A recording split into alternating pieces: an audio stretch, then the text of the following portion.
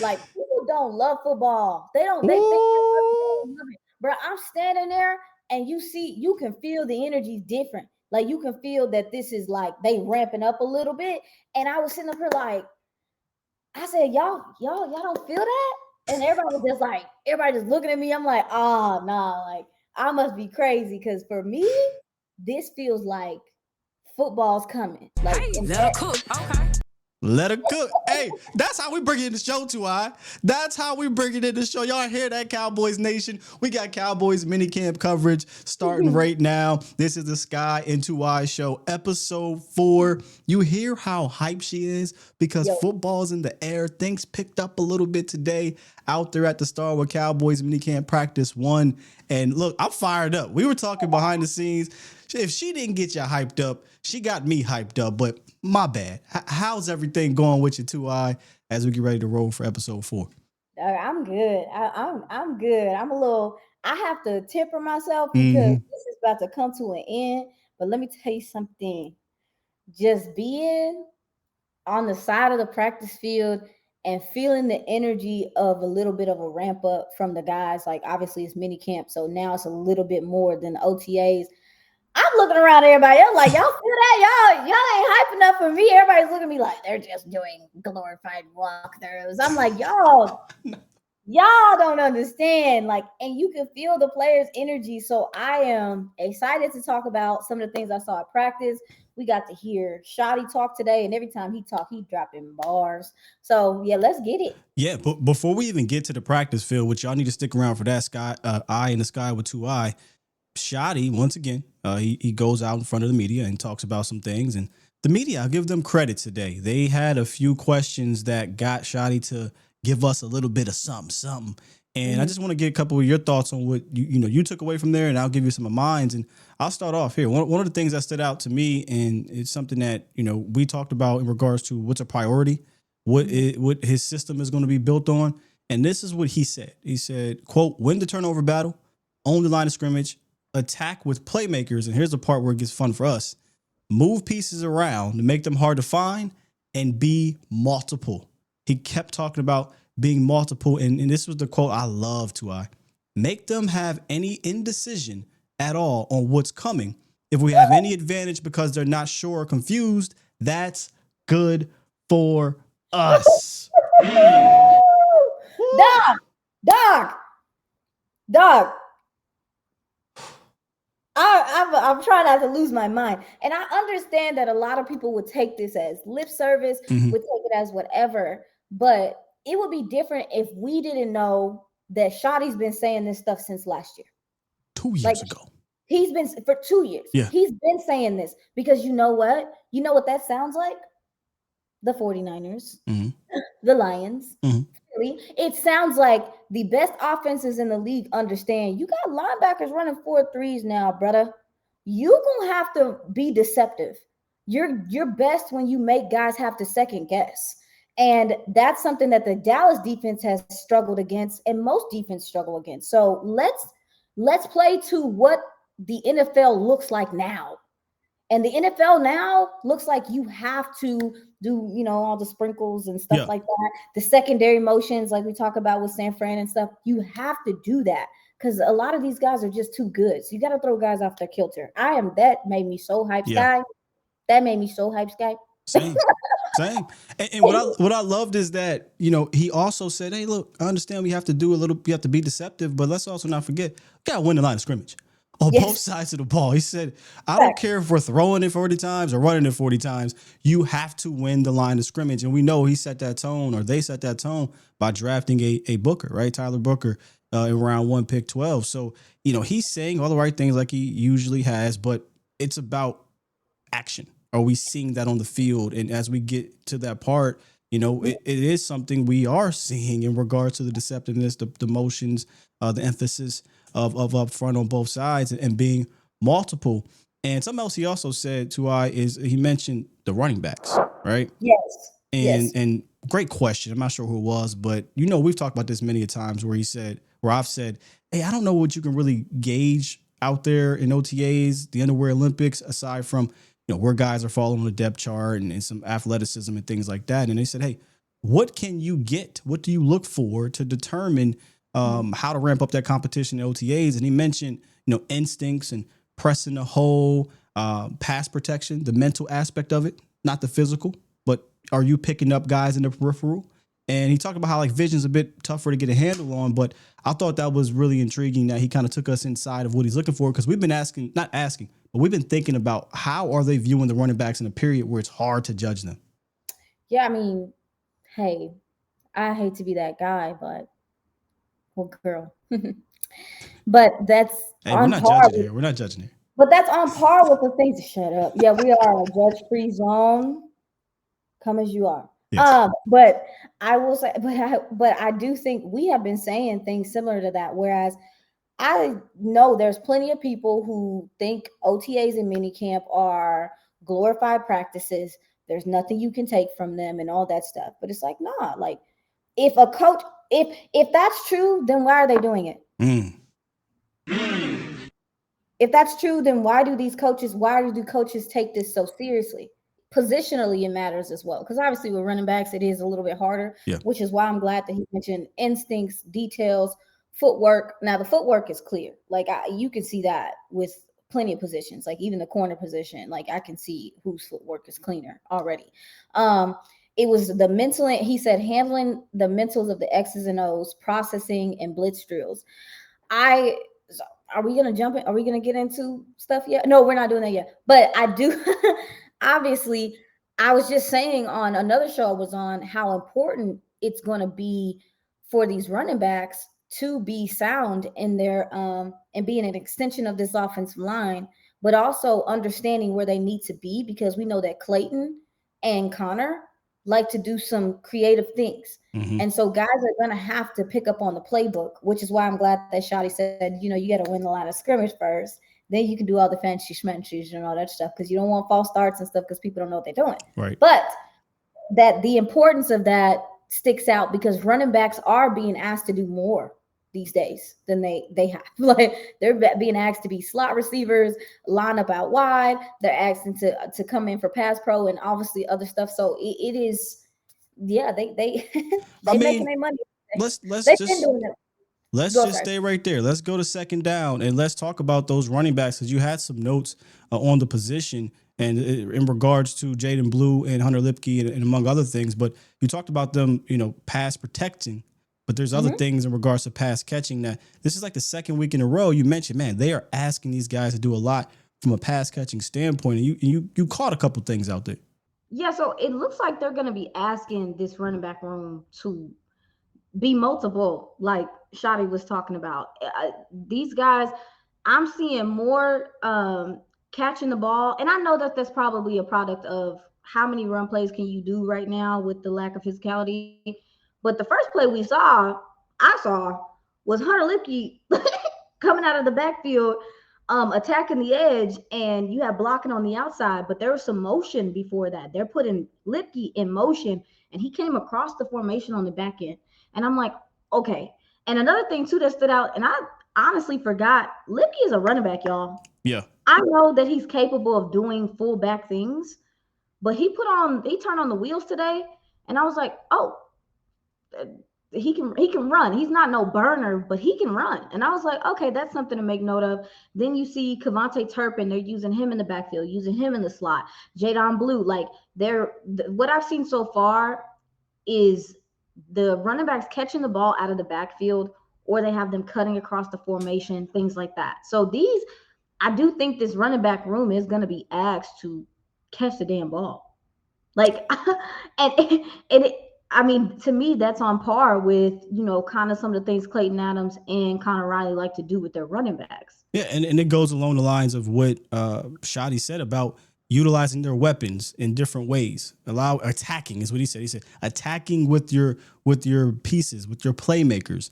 And we talked about it. We'll talk about Turpin in this receiver room in a quick second here. But you talk about him back there moving around. You said Turpin or not Turpin, Blue and Lipke and these other guys are just moving in different spots and crossing formations and lining up out wide. That's like the second week in a row you mentioned Lipke doing things out wide.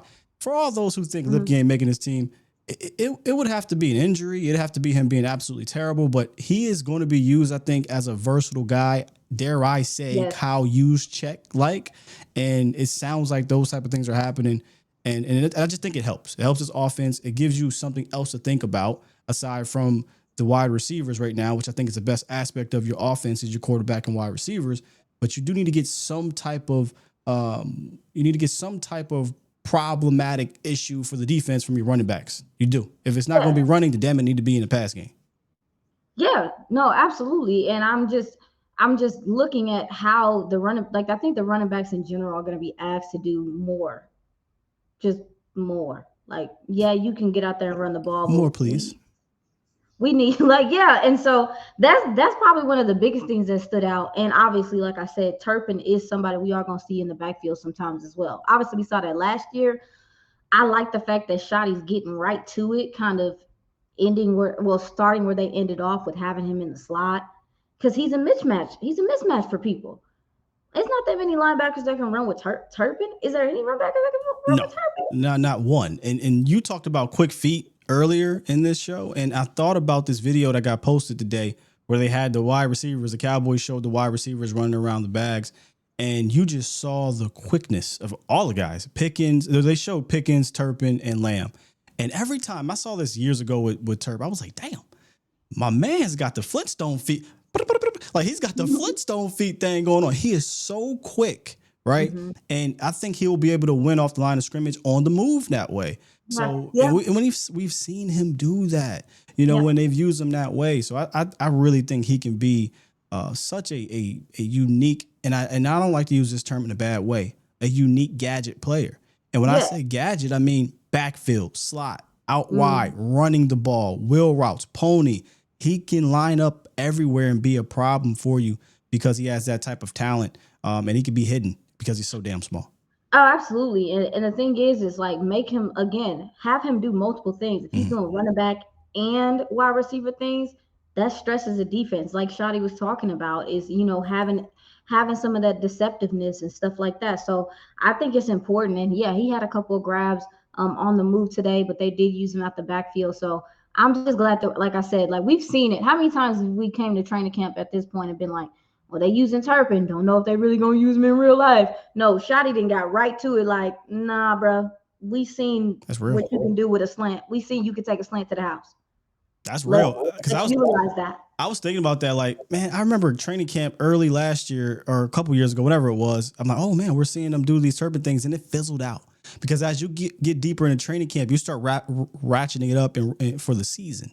And in that case, they're trying to get things ready for week 1 and beyond, and that slowly dwindled. The Turpin usage slowly dwindled. So I'll keep my eye on that, but I do trust Shotty's word because it sounds like he wants this to be a part of his DNA as an offensive play caller and offensive identity, which is using more of the intermediate motion, pre-snap, crossers, etc. So I believe it, but obviously he's got to go out there and do it.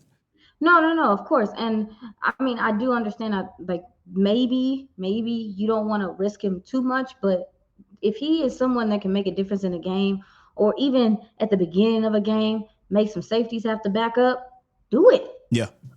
Do it. Like, that's how I feel too. So no, I get some of the, cautious optimism in regard to Turpin, but he's been saying he wants to do receiver-esque things for a while now. So it's like, maybe this is his shot too.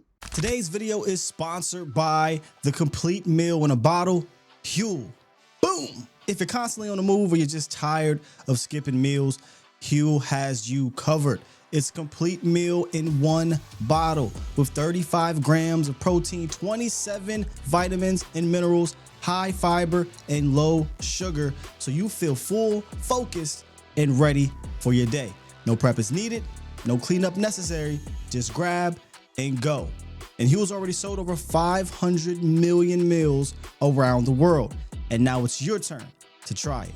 New customers get 15% off plus a free gift when you use my code STEELE, STEELE, at Huel.com. As a father of little ones and always on the go, it can be easy to forget to eat something. That's why I like to use Huel to make sure I'm skipping out on the stress and not the nutrition. Plus, it's perfectly blended meal, it tastes really good, and it's incredibly affordable. So start saving time and money without compromising your nutrition today with the exclusive offer for new customers of 15% off plus that free gift using my promo code STEELE at Huel.com. That's 15% off plus the free gift for new customers using STEEL at Huel.com. So skip the stress, not the nutrition. Try Huel today for complete nutrition bottled up. It's good, I'm telling you. I mean, that leads us right in to third down, which is, you know, I got to sing it. Sing with me now. You got a friend in me. You got a friend in me.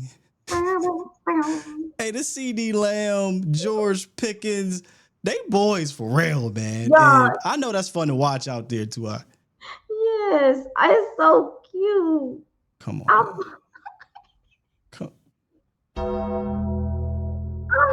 I'm not fighting her no. I'm not fighting her no more on it, y'all. Go ahead. Y'all, it is. I'm like, oh, look at them. So stop, Sky. My bad. Go ahead. I'm an empath. So got to see CeeDee and Pickens, like they work on the other field together. But also too, like, so Pickens, I know we're gonna get to it, but Pickens had a couple of, like, I will say he touched almost every point on the field today in different spots. Like he caught a deep ball, he caught a slant, he caught some quick outs and was able to put his foot in the ground and go past the corners. Like he touched a lot of grass today. And every time he would finish a play, like it's obviously they're in, minicamp, they run to the end zone like it's a touchdown. And it's just him. He runs to the end zone like it's a touchdown. And every single time, CeeDee Lamb was running up to him and meeting him in the end zone. And they had their little sounds, their little evil laughs, like whatever. They're tripping. And then Dak would come all the way from, again, he's throwing the ball, so he's all the way down the field. Right. He would come all the way from down the field and pat them on the ass and say some words to them, and they would go all the way back. And I know that sounds like a small thing to people, but there's a bond being built between Dak, CeeDee, and Pickens. And I will say, as someone, we saw CeeDee Lamb get drafted, we saw him play in college, we've seen the revolving door of receivers opposite of him. I'm so happy to see him have a friend and a buddy and somebody that maybe he can build with. Obviously, like everything else, we got to see Pickens put it on the field, but we know he's capable of putting it on the field. This isn't a guy that has a lot of questions about his ability. So we see him out there right now. And CeeDee, and this is the human part for me, is knowing CeeDee, talking to him in the locker room and stuff. It is nice to see a guy have a legitimate friend in this room. And again, not to say that he's not cool with Tolbert and all these, they are at the hip. Like a bond. They're building a rapport beyond the X's and O's, right? Yeah. And Shotty's been talking about that relationship aspect. It's not just CeeDee and Pickens, but the team in general, because when you get in them trenches and things get tough, you want it to be automatic that I don't care how tough it is right now. I want to do this not just for me, but for my bro, right? For my brother, right? In arms right next to me as we're in this war per se, in the trenches on the field. But it is awesome to see that he's having fun and he is bonding with wide receiver 1A or whatever, B, whatever you want to call it over there. And not that makes a massive difference on the field, but I bet just from a football player standpoint, who was an elite player the last few years, he's looking on the other side. He's seeing James Washington and Noah Brown and Michael Gallup and Jalen Tolbert.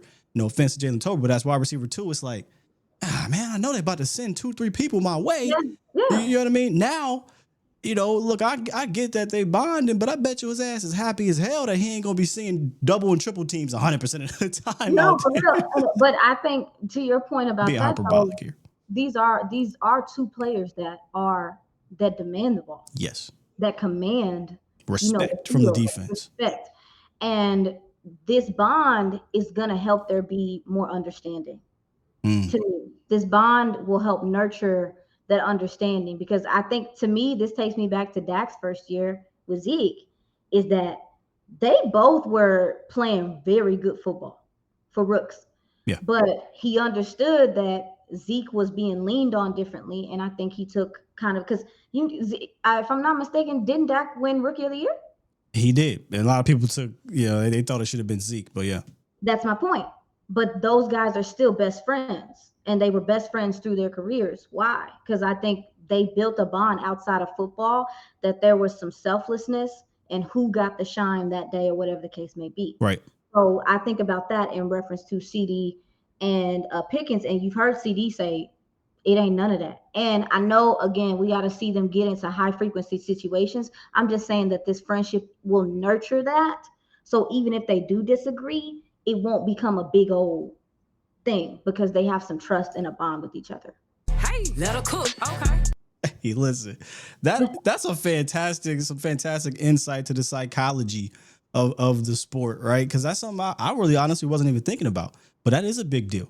Yeah. When things, there's going to be some adversity, some disagreements, some games where, hey man, Pickens might only have 4 targets. Yeah. CeeDee might only have four targets, but the other guy 8 because of that influence that they have on the field from the other from the defense. So that's a great endpoint there too. You want to see your friend win. Yeah.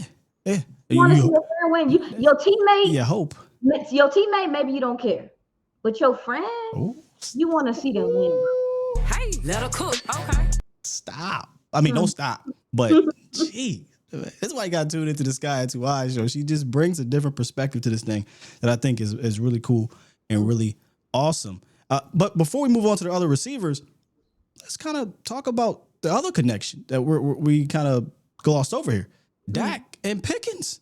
We mentioned this last week, and it was kind of more the first glimpse, but it feels like Patrick Nosey Walker's mentioned this. You've been talking about it. This is a legitimate connection happening or forming right now, and that's great to see because you don't want to wait till week 6 for this thing to pick up like it did with Brandon Cooks. You want it off the gate, and it sounds like these guys are forming that trust with each other. Yeah. I mean, but you get how do I say this? Pickens' catch radius is so big. I mean, I'm just saying, YOLO that thing. You over there 1-on-1? Such a big target. Yeah. Yes, he's such a big target. And Sky, I know, again, the offensive line got to be good and stuff, but bro, if the offensive line can hold up, somebody's getting worked, bro. Do you understand me? This man off the line of scrimmage is sick. For him to be that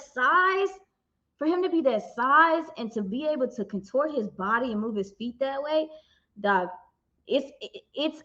like we said, they got to block it up, but man, there's Philly. Once you picked up Pickens, Philly talking. They when they started talking about prepping for week 1. There's real prep. I mean, you have to acknowledge that this guy can beat you. You cannot put no weak corner on him. Mm-mm.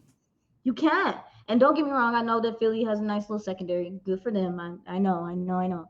But you're gonna have to put somebody out there threatening. What I'm saying is people gonna have to make business decisions. Yeah. The and defense, that's what you want. Yeah. The defense is going to have to decide. I had a question in the mailbag the other day about where to line up Pickens for a specific play at a specific spot on the field. And something I mentioned was, hey, I want to put him on the opposite side, on the X receiver for this play, because what happens now is I have Pickens over here and I have CeeDee over here. It stresses your defense out from the entire field, not just one side. You know what I mean? Whereas if he's on this side, and I'm not saying they do this every play, it's just this specific play. Philly, for example, all right, Pickens is over here lined up and CeeDee's over here lined up. You're going to either have to put 2 guys on that roof and dedicate 2 guys over top, which opens up the middle or opens it up for somebody else, or you have to say, all right, look, CeeDee been kicking our ass all game, so we're just going to double him. We're going to bring up a blitz, or we're going to hover a guy in the middle of the field and leave Pickens wide open or 1-on-1 for this play. And I'm pretty sure Dak is going to look over and say, excuse me, sir, 1-on-1? Right. I'm going to take advantage of this. Whereas that wasn't the case with Cooks. Cooks wasn't a guy that was beating 1-on-1s consistently anymore at this point of his career. Pickens will. Yes, Pickens will. And then when you talk about attacking the middle of the field, because we know that, people have mentioned that teams are going to play too high if Pickens is out there. Yep. And if that's the case, you said middle of that field is going to be open. So you're going to have Ferg that can attack there and Turpin. Mm-hmm. Because I value Turpin attacking the middle of the field as well. Same. I do. So I do think looking at the weapons, you should be a little bit more optimistic about some of the Pickens really tops this he tops this. Well, he Jesus, he solidifies this the top of the wide receiver room. You're It's fine. gonna You're be fine. pauses. It's gonna be pauses in the chat. No, don't worry about them right now. Y'all better leave 2i alone.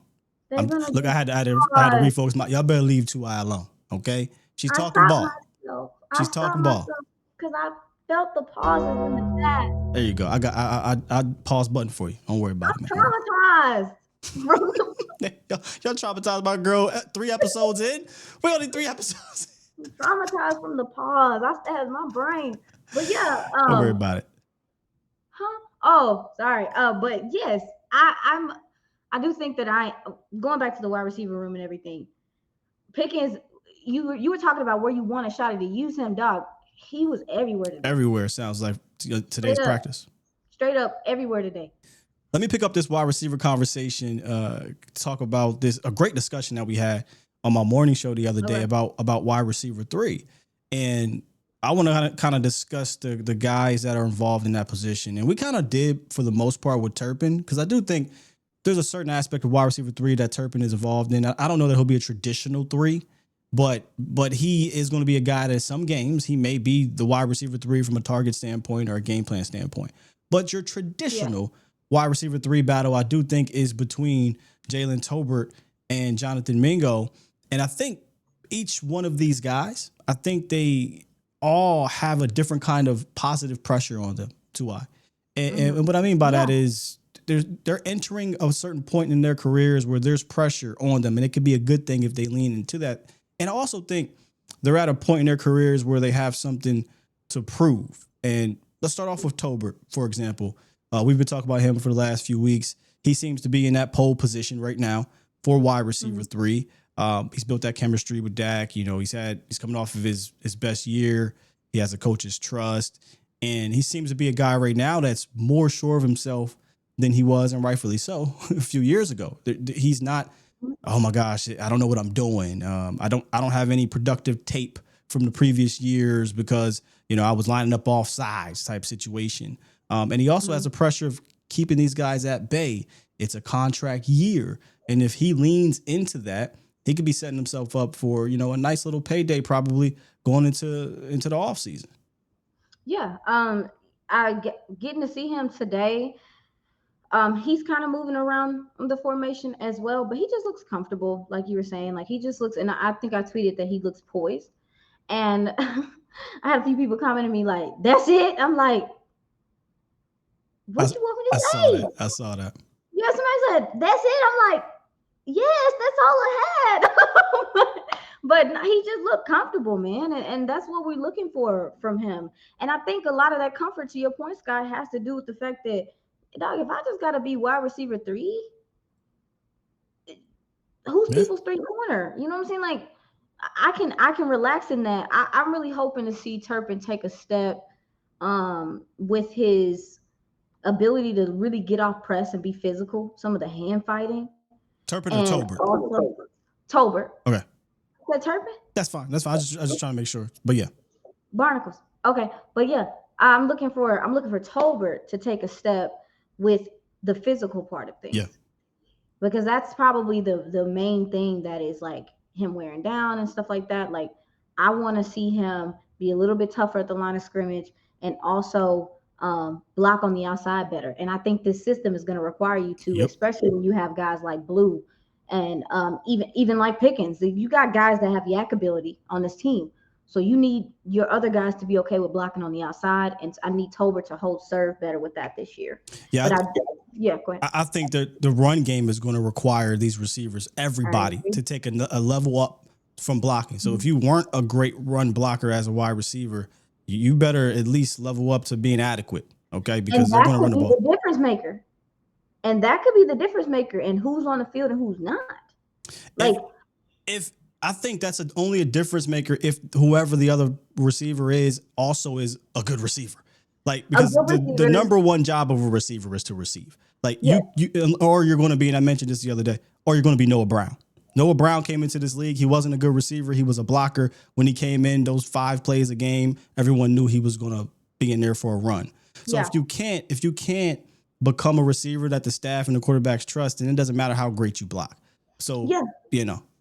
No, I agree. But I do think that special teams and that stuff is going to be obviously important Oh, too. that part for sure, yeah. So, and you got to block on special teams too. And So tackle. it's a, yeah, and tackle. So it's a, I do think that because Tolbert has the rapport with Shotty, been around Shotty and all that stuff, but Mingo had a couple of nice grabs today. And when he was running towards like he was scoring a touchdown after he caught the ball, I was just like, dang, he's big. Yeah. I be forgetting that he's such a big guy like that to be moving like that. And there was some, like he's not. I don't know if he's the super like the fastest, but you can feel that he has power in his run. If does that make sense? Like you can feel that he's when Yeah, he's on the move. he's a big guy. He's a physical guy, and that was obviously the other wide receiver that's competing for wide receiver 3. I think the traditional wide receiver 3. I do think Turpin is involved in a different way, like I mentioned. I agree. I think Tolbert and Mingo are competing for the traditional wide receiver 3, and I think Mingo has to be the hungriest receiver on this roster. Right. Like I understand there's other guys like look, Pickens is here on a 1-year deal. He's hungry, but think about the journey for Jonathan Mingo. Gets drafted in the 2nd round, year 1, puts up like 500 yards. Didn't hit pay dirt, but you would hope he would capitalize on it year 2. Didn't happen. Another guy takes his job. That's to piss him off. Gets traded for a 4th round pick. Gets here. Nothing really manifests last year. That has to be a chip on his shoulder.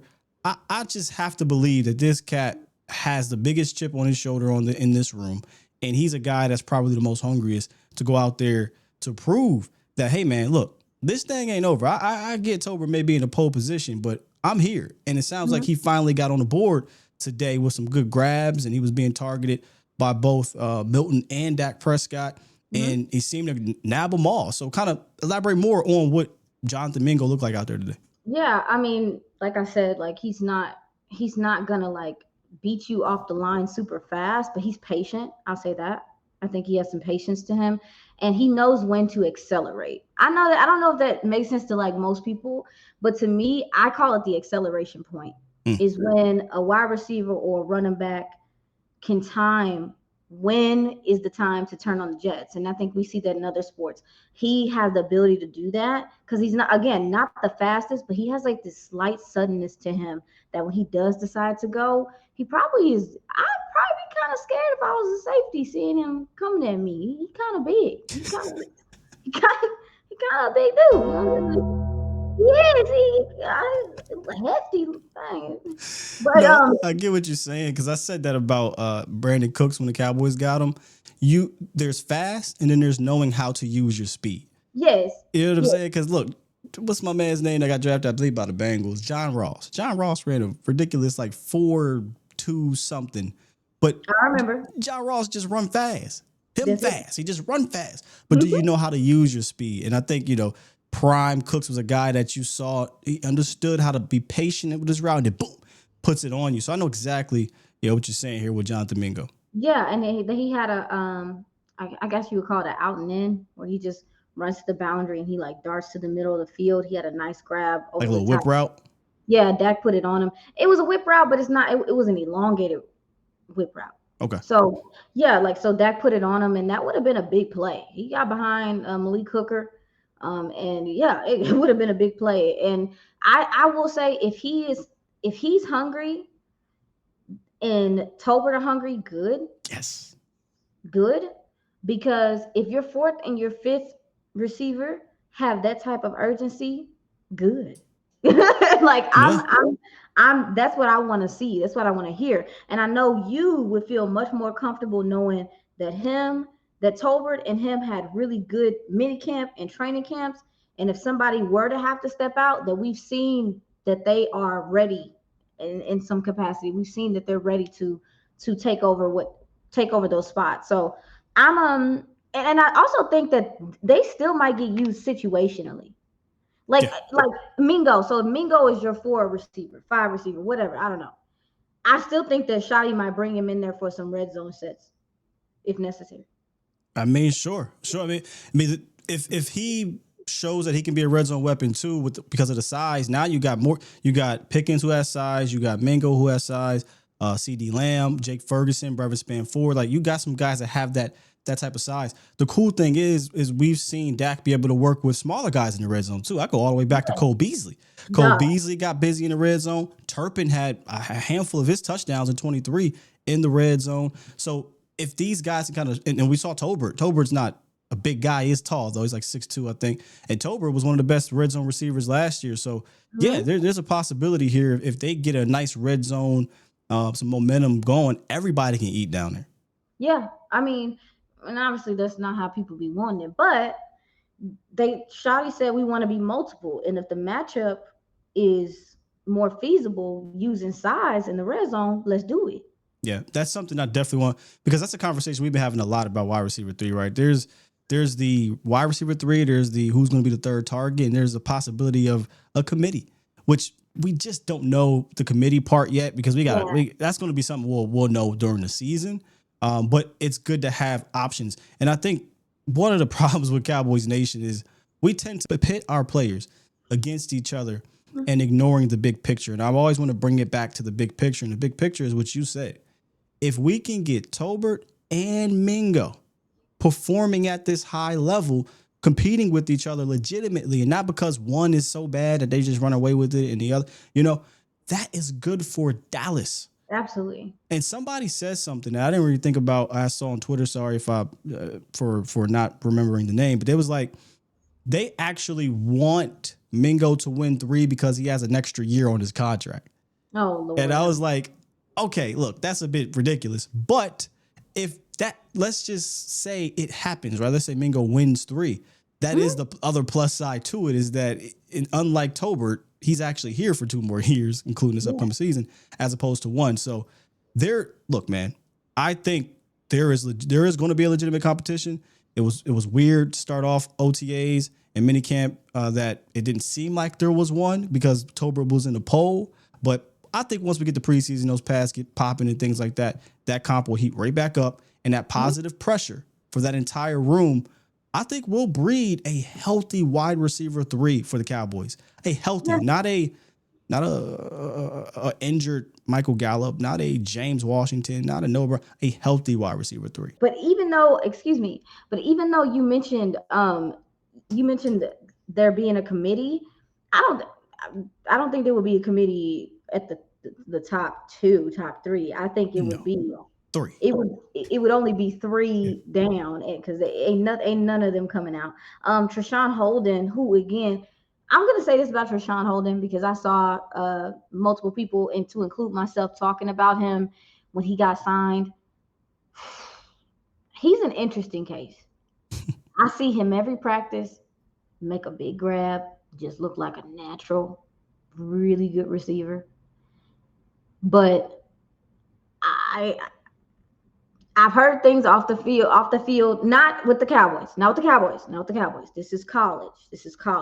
I'm not going to put that on. There's red flags from his college background. There's red flag things, and I'm not sure if he's going to have the chance. I hope he does, to right that. Like, I hope that he gets the opportunity, because every practice I see him make at least 2 grabs, and you like, oh. And he's Milton's favorite guy. So he's gonna get opportunity in preseason, things like that. He can just seem like he can play, Sky. If they keep 6, it's gonna look. We got to get to camp in preseason. If they keep 6, he's gonna put the pressure on the bottom of the roster there with the Brookses and the Flournoys and stuff. Yeah. I'm trying to tell you, I notice him far more than Flournoy. Sure. Yeah. Campbell. That's what I'm saying. He's going to put the pressure on those guys. Those guys are quote unquote veterans. At least Brooks is the 3rd-year veteran, and Flournoy is a 2nd-year guy with both different regimes. And the other thing is, I hate to be political, but old boy has his wide receiver coach here. You know what I'm saying? Yeah, so, and I'm sure maybe there's some reason why he's here, that they want to help him mature and all that stuff. But the physical traits, the guy just is a natural receiver. I don't really know what to say. Like, some guys just know how to field a game. Some guys just know, where to be. And every time I see him cut across the field, he's catching a ball, and he's going, like he's forcing some angles. He's just. If I had to guess too, I know. Don't say what you gonna say. Oh no, you ain't gonna get. If I had to guess, when preseason comes around, if they were more leaning towards a guy like Brooks or Flournoy or special teams reasons or whatever, because 6 is going to have to be special teams. Like that's going to be primarily your job. Yes. I would bet they would be like, all right, we want y'all to sneak Holden on the practice squad, right? But Yeah. in preseason, I don't think he's going to allow that because if I had to guess, I think he's going to have a good to solid to good preseason, and that's going to draw the attention of other teams, and you're not going to be able to do that. So that I look, I'm not big on the bottom of the roster competition because I have this whole thing where I want to know about the top in the middle Of course. because that's what's going to like wide receiver 6 ain't going to make an impact on this team. But for discussion purposes, if they are on this team and we're having this discussion, Holden's going to put pressure on those guys that have been here. And with his receiver coach here, with the talent he has, his film in college is really good. Really Once preseason get here, and if he's having that connection, like you're saying with Joe Milton, ladies and gentlemen, you're not going to be able to sneak this man on the practice squad if he has a good preseason. Well, yeah. Also, too, it's the here's the thing: the difference between college and the NFL. Also, too, is that he's gone through a rookie minicamp, an OTA, and a minicamp. There are people who can attest in the NFL now to his character or how he's maturing or whatever the case may be. So the reason why he fell was because of the off the field stuff. Like that's from my understanding. I don't know what your understanding is. For those who don't know, he got kicked. I won't say kicked out, but there was some charges brought upon him at Alabama, transferred to Oregon. There was some, outside of that, also attitude issues and things like that. He had a spitting incident at Oregon. But it sounds to me there's a little bit of George Pickens in him, And if you go look at George Pickens' history in college, there's a little George Pickens in Holden. So, yeah, I think that this gives him the opportunity. To your point about somebody being more open to taking him if he is available and he does play well during preseason. You have some character stuff that people can attest to in an NFL building that he has grown or whatever the case may be. Growth. Don't nobody got I think I obviously think he is a developmental guy, like a guy that you can continue to keep on your roster, down your roster, wherever, and work him up to being, you don't have the room right now like that for real, but yeah, that's what I'm intrigued about. I mean, George Pickens, I think, changes the entire outlook on the wide receiver room because there's a chance you could say they go 5, and with Mingo and Tolbert. Tolbert, Turpin being the back 3 there, that's a nice little, you know what I'm saying? That's a nice little 5 to have with Pickens, Lamb, Mingo, Turpin, and Tolbert. You give me that 5, I can rock out and I can go deeper, or longer at a different position. But there's also that chance that you might lose a young man like Holden that can, come up in the ranks. So I am very intrigued to see the roster gymnastics they might pull off if these guys show out at the bottom of that roster. He's interesting, Sky. He was interesting when they first signed him.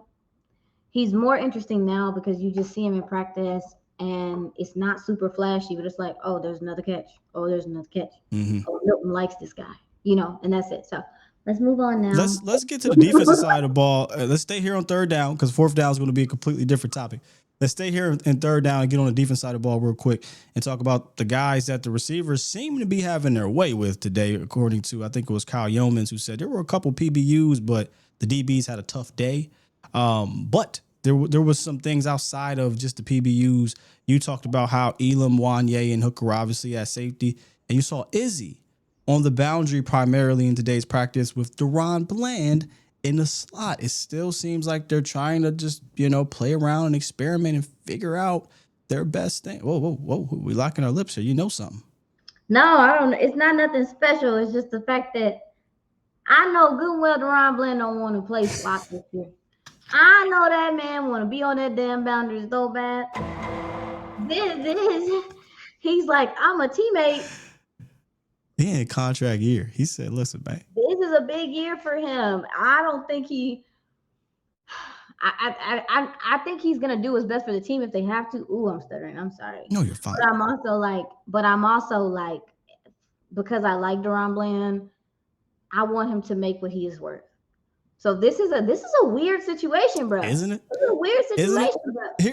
Here's why it's to me it's so intriguing Going because on. that slot position is so important in Matt Eberflus's defense, and I don't know why we want to keep on glancing over this shit.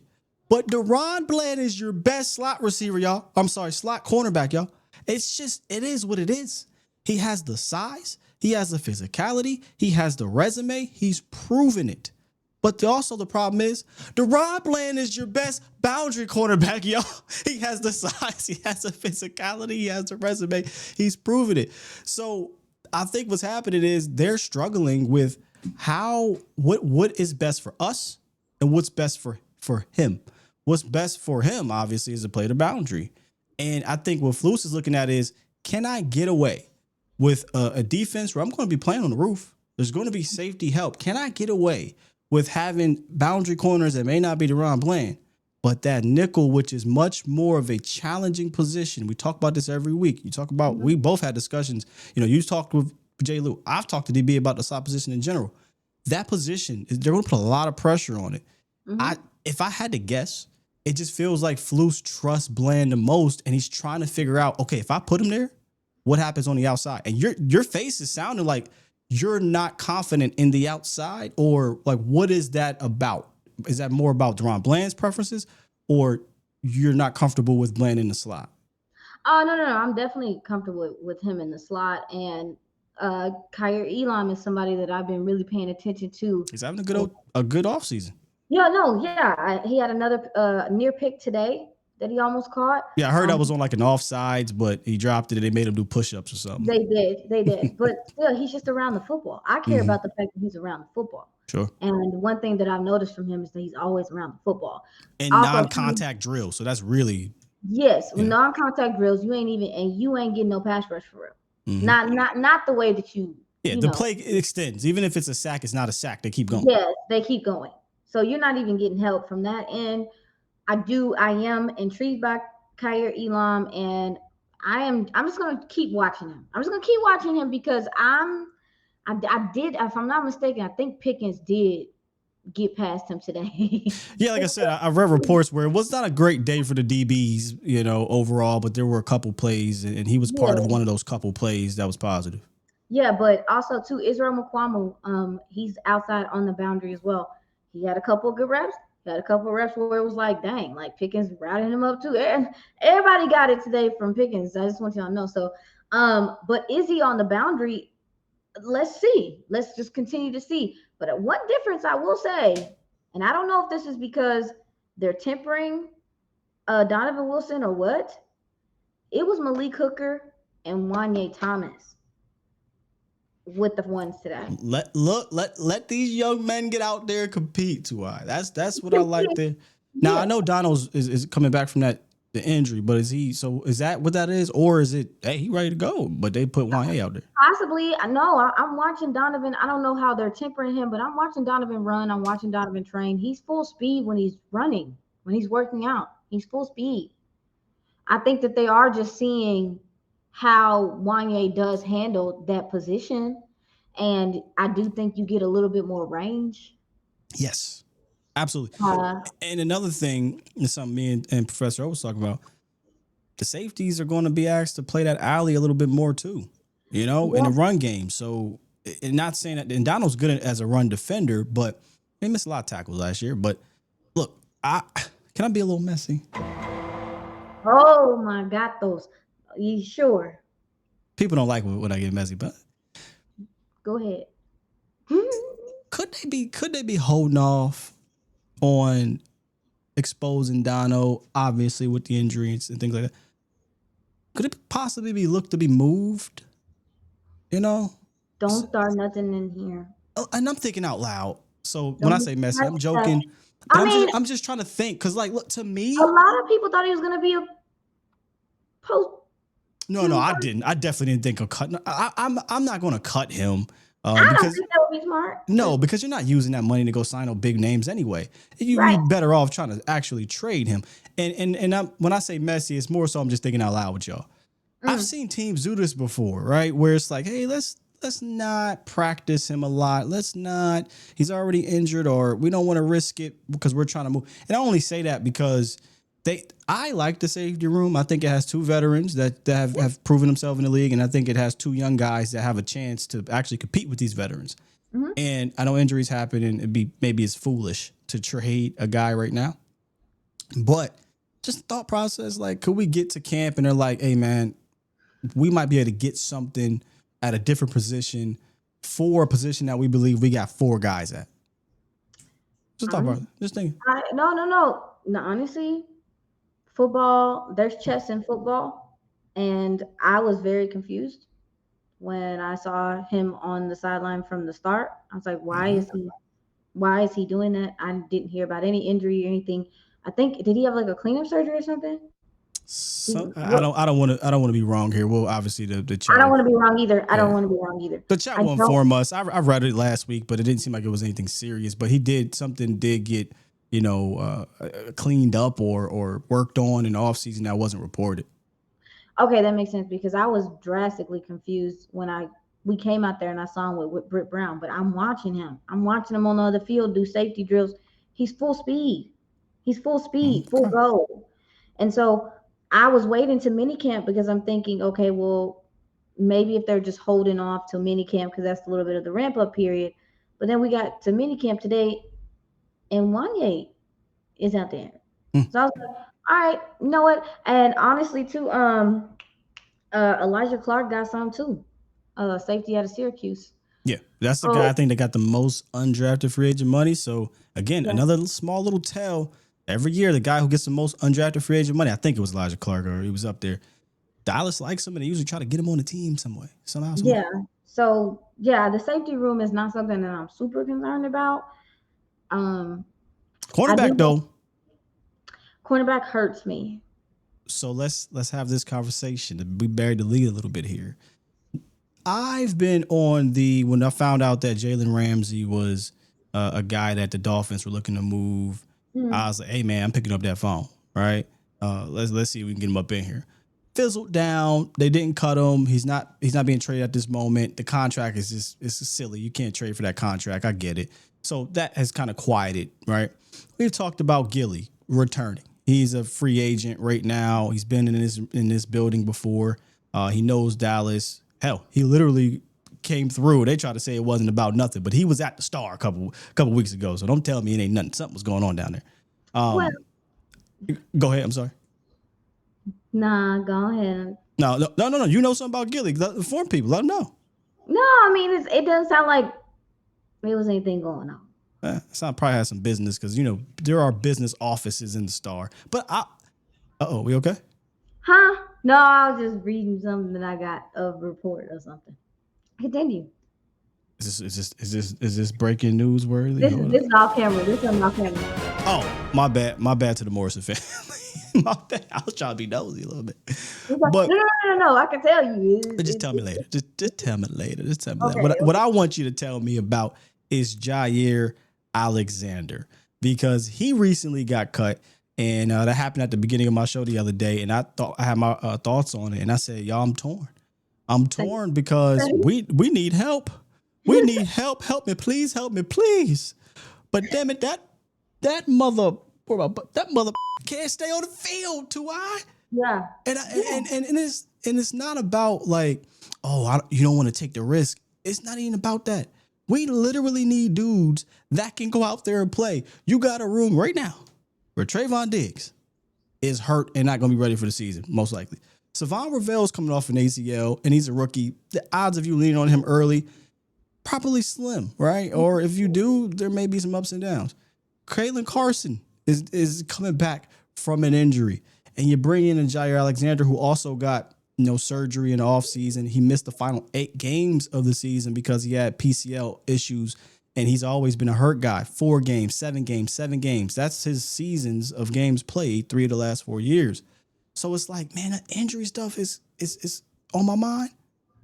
But damn it, we need some goddamn help in there. How long? Talk to me. What is it? No. I'm gonna say Stephon Gilmore is who needs to be on this team. Number 1. Yeah, it's a no-brainer to me. He played pretty well with the Vikings last year. Did. He knows this area. He knows this building. He's close. And and you need another veteran in there. Like, I think that's a no-brainer. But the thing is that I do another show with another team that's in Texas. They looking. It's other teams looking, bro. Like, Yeah. you don't have time to be indecisive. There's not that many gentlemen to pick up that are ready to go. And him and Alexander are probably the only two that are like ready to go, quote unquote. I don't know, is Jair like camp ready, or is he? I have to look into it. Yeah, we probably don't know because mandatory minicamp is now, right? So they have to report now.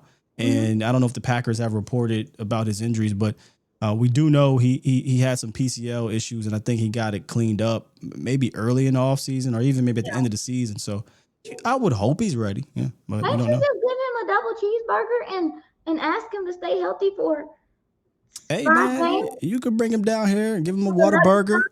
Yeah, I'm saying give him some water burgers, some wing stock, and just, if I said this the other day, if he only gonna play 7 games, let it be this final 7 games leading into the Super Bowl. Right, like if he only play 7 games, let it be the 7 games so Savon Rebel get time to like acclimate, or however long it takes for him to come back and play. Because don't get it twisted. My understanding with Savon is like he want to play. He ain't trying to be off the field for a long time. And I will say, from his rehab, I'm watching him run. I'm watching him start. Like, I see him cutting. He looks okay. I know that I'm not no doctor or anything, but we get to watch him work, and he's super focused. He don't even be looking at nobody. And it's really dystopian to see how much he's built like Trayvon. Yeah, I saw somebody else was talking about how, like, man, this guy, somebody says he's an Eminem away from being a linebacker or something, and not in a bad way, just like his size for the position is staggering. Like, you see it. He's big. He's big. He has his legs are long, his arms are long. But whoever it is, you're not asking them to be here the whole season. Like, yeah, you do want to be here the whole season, but you just need somebody. You need one more guy. You just need one more proven guy. Yeah. You do. Just like the defensive tackle room. You need one more proven guy. All right, let's head into 4th down, which we're going to go a little bit off the field. No Say What segment today. This is something I saw yesterday that was on my mind. And it's interesting because I saw your tweet where you said you kind of had some thoughts about it, or you're interested to see about it. But here it is. The BET Awards happened last night. And look, I don't watch the BET. I haven't watched the BET Awards in probably a decade. I don't know. But with social media, you see the clips, and it looked like it was a good time for those down there. But one of the clips that went around, and the only reason why I saw this was because somebody said 106 in sports. Yeah. And I was like, what does that mean? So I typed in 106 in sports. Well, apparently BET is launching a spinoff to 106 in Park. And if you're like me and Aisha, we grew up on 106 in Park, right? Free and AJ, and Terrence J and Roxy, and T.I. acting like she wasn't. T.I. acting like she wasn't. Okay, so I'm showing my age. No, it's not about you being a senior citizen. It's about. Put your ass. It's not about that. Am I showing my A? What's it called? AARP? AARP? No, it's about me. I grew up. What, on Bow Wow 106 in Park? Is that what you? That one? one? I was a pastor's grandkid. Oh, they didn't let you watch. I didn't get to listen to that stuff. You ain't even get to watch. No, I had to sneak. I'm sorry, Grandma. If I did it, I had to sneak and do it. But I did watch 106 in Park into like my preteens and my teens, because I was like going to my friend's house and stuff like that. Yeah. But when I was younger, I did not have that experience. So I'm taking it in for all of y'all. So I'm happy for all of y'all. I'm happy for all of y'all. I ain't watched 106 for a long time. Like, so, yeah. But what I found was interesting. By the way, Free and AJ is who I grew up on. Then Terrence J and Roxy is where I started to fizzle out. But they were great as well. But AJ, his mom was our vice principal at my high school, and she ain't play no games. Like, when girls used to come in wearing stuff, she's sending ass right back home. Miss Calloway, you ain't listening, but shouts out to you. They hated Miss Calloway. The girls, they hated Miss Calloway. But yeah, his mom was our vice principal. But so they're doing a spinoff of the show called 106 in Sports with Cam Newton and Ashley Nicole Moss. Shouts out to them hosting it. Oh no, definitely happy for Ashley Nicole Moss. She's a Cowboys fan. She does some Cowboys coverage with CBS. She's really cool with Haley Sutton, who we worked for the Cowboys. So I've heard great things about her, and it's always just inspiring to see another multicultural woman move up in the ranks and get other opportunities. If I'm curious to see how it's gonna work, if we're gonna be able to submit stuff, like what is this gonna be like? Like, is this gonna be just like the mainstream sports world? Are they gonna tap into pulling from the YouTube community and pulling like different things like that, letting people, because that's what 106 in Park was about, was like, yeah, there were stars, but normal people got to show their talent as well. Yeah, So and they dug deeper into the artists. Like when they came on, you learned some things about them. I think Cam might have mentioned something like this reading off the script, but I do think with Cam and with Ashley there, I think they're going to try to peel back some layers of some stories from these players or media people or ex-players or up-and-coming players. I am interested to see how it goes because it kind of reminds me of a project I used to work on coming up in this. I used to do like internet radio for college. And my show was based on pop culture, hip hop, and sports all wrapped in one, and I feel like that's kind of what we're going to see. I don't think it's just going to be strictly sports. So, but I do think having Cam, who is tapped into, the culture, and having Ashley Nicole Moss, who's tapped into the culture in sports as well, both of them, I like the fit. I hope they have the chemistry, but I am interested to see how this thing goes. Well, they did I Am Athlete together. Cam? Yeah. Oh, I didn't even realize Cam was on I Am Athlete. I just remember Cam's. Yeah, you remember he was still on I Am Athlete when Ryan and Fred and those guys went to form their own Pivot. thing. Yeah, the Pivot. No. You're thinking of the other receiver, Brandon Marshall. I think you're thinking of Brandon Marshall. Oh, yes, I am. You're thinking of Brandon. Yes, I am. Yes, I am. Because when I saw them, I was like, oh yeah, they're cool already. They are not. It's Brandon Marshall, right? Yeah, it was Brandon Marshall. Mm-hmm. It's the Wicks, man. It's the Wicks. I was like, I didn't even know they worked together. So, but I do think Cam seems to be able to fit in where he needs to, get in where he fits in. And Ashley's worked with CBS. She's done things on her own. So I think it'll be a good duo. We're going to find out. But I thought, watching that and seeing that we're in sports, I wanted to really know your thoughts on it because I know you support Ashley. I was excited because I was just like, my first thought was like, how do I play? You seen that on the... She said, hold on, y'all gonna get me up in this bub. I'm sorry. Did you watch Norbit? Of course I watched Norbit. You gonna have to beat me. You got to beat me. Nope, I ain't beat you. Go ahead. I want to be a hoe. How do I play? I beat you late, but so what? You beat me late, but that's the line from the movie. I love that movie, man. Anytime I see a job I want, I say that in my head.